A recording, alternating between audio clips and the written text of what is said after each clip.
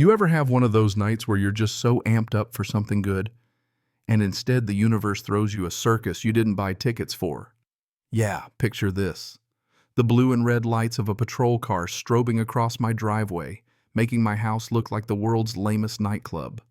My wife stepping out of her rental, still in full Navy dress, whites, 8 months deployment under her belt, looking more puzzled than afraid. While across the street, this woman I'd never met is straight up losing her mind, shrieking at the cops like she's auditioning for a reality show about terrible neighbors. That's how I really met Patricia Garrison, the president self-appointed by the way of our lovely Cedar Heights HOA. And trust me, she wasn't even trying to hide her power trip. So here's the deal. My wife, Commander Alyssa Thompson, had texted me from Norfolk that morning. Just a plain little on my way home, can't wait to see you. I'd spent the whole day cleaning the house twice, buying her favorite lilies, even attempted badly to make her favorite pasta, just wanting everything to be perfect. What I did not expect was for the neighborhood's resident dictator to treat my wife coming home like a code red security breach. Now, Patricia, she ran Cedar Heights like her own little dictatorship. She measured grass with a ruler, fined folks for having the wrong shade of shutters, gave out citations for gnomes facing east instead of west. I mean, who even comes up with this stuff? I'd kept my head down for 2 years just playing along because, sometimes it's easier to let the HOA queen bee have her honey. But apparently welcoming home a spouse in uniform wasn't in her rule book. I was in the kitchen, nervous, excited, when I heard the yelling outside, looked through the window. And there's Alyssa by her car, hands visible, talking calm and collected to 2 police officers. Patricia's behind them, arms flailing, face turning the color of a ripe tomato, spitting words like suspicious individuals and stolen valor. She actually yells that real military folks don't just show up unannounced, which, is definitely how deployments work. At that point, my heart is pounding. I mean, Alyssa's been through the Persian Gulf, commanding a whole ship, and now here she is getting questioned on our own driveway by some HOA Karen and 2 local cops. The crowd starts gathering, folks recording on their phones, all waiting to see the show. Officer Daniels holds up a hand when I walk over. His partner, Officer Nguyen, keeps questioning Alyssa. Alyssa's a pro, gives her answers in that same even voice she used briefing admirals. Yes, I live here. Yes, I just got back from deployment. No, I didn't think I needed the HOA's permission to see my own house. Patricia's getting louder, saying real military would have alerted the board, claiming Alyssa bought her uniform online, demanding they check her for weapons because everyone knows military imposters are dangerous. She actually drops, I pay your salary 3 times in 2 minutes. I counted. Finally, Officer Nguyen asks for Alyssa's ID. She reaches for it, slow, military calm, and the whole mood changes when they see that real government-issued card. Nguyen's posture straightens, he hands it to Daniels, and now they're both looking at the rank on her chest and kind of, rethinking every life choice that got them to this scene. Daniels clears his throat and goes, "Ma'am, sorry for the confusion, just responding to a report."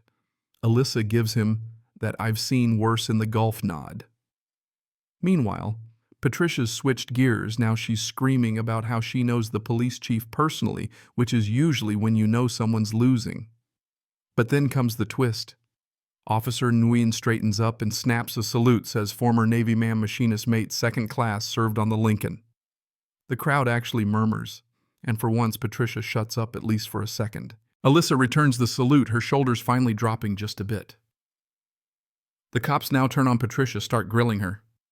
"Ma'am, why'd you call 911 for a non-emergency, and do you understand making false reports is a crime?" You can see her face run through a rainbow of red-purple, almost blue.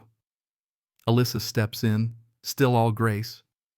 "Thanks," the officer says. She'd really just like to go inside after 8 months at sea, unless, of course, there's an actual crime in progress.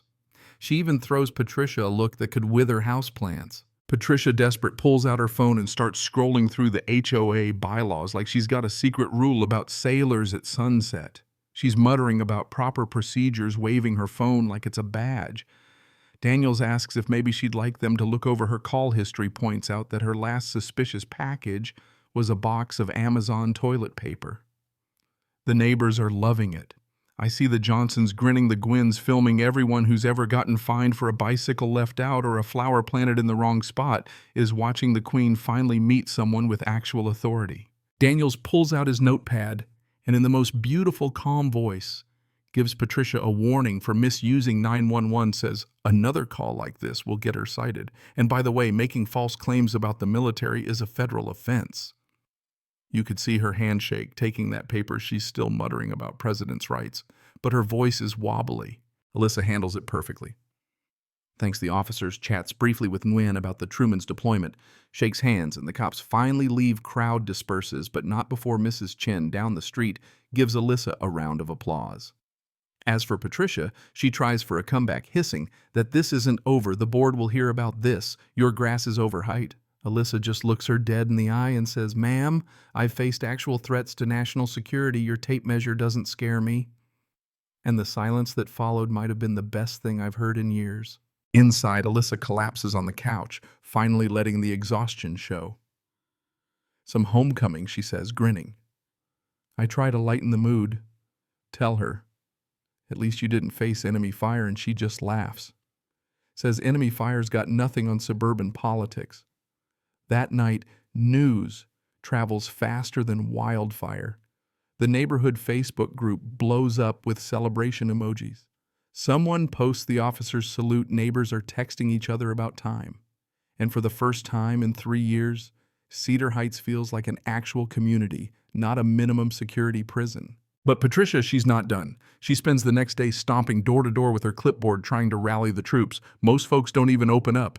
The few who do listen with that polite bless your heart look before shutting the door in her face. I'm watching from the window as she stands outside the Petersons' house, ringing their bell. 10 minutes straight, TVs on cars in the drive. They just pretend she doesn't exist. By sundown, she's taping official notices on every door calling for an emergency HOA meeting to discuss the hostile military takeover of our peaceful community. She lists 17 bylaws, none of which exist, and even threatens to call Homeland Security about Alyssa's suspicious status. Yeah, that happened. The next morning, knock at the door. Dr. Harrison, one of the board members, shows up with 4 others in tow. These are the reasonable folks: Mrs. Foster, the baker, Mr. Ramirez, the wind chime guy. Mrs. Foster even brings a welcome home cake for Alyssa, tells us the board called an emergency meeting at 6. That morning vote was unanimous. Patricia's out effective immediately. Turns out she'd racked up 37 bogus 911 calls in 18 months. The city fines her $500 for abusing emergency services, and the cops are considering harassment charges. But the real kicker, her law firm employer sees the video of her yelling at Alyssa and fires her on the spot. "Support our troops" sticker still in the window. 3 days later, moving truck in the driveway. Patricia tries to keep her dignity, but it's hard to look commanding when you're carrying a box labeled kitchen miscellaneous in shaky handwriting. Every neighbor on the street suddenly gets the urge to weed their garden or sweep their driveway. Nobody wants to miss this. As the truck pulls out, Patricia makes one last stand, marches right up to our door, hands me an envelope, says, "It's a bill for 2 years' worth of grass violations, $3,000, give or take." Alyssa takes one look, reads it carefully, and just smiles. "Ma'am, you're right. Some of these do exceed by 1/8 of an inch. But since you're no longer HOA president and you've been removed for cause, this has no legal standing. But hey, I'll keep it as a souvenir of your service." Patricia's mouth opens and shuts like a fish. Then she turns, gets in her car, and drives away, while half the neighborhood comes out clapping and cheering her off like a parade. Someone even starts a slow clap. 40 people join in before she's out of sight, and her shriek as she peels out is the last we ever hear from her.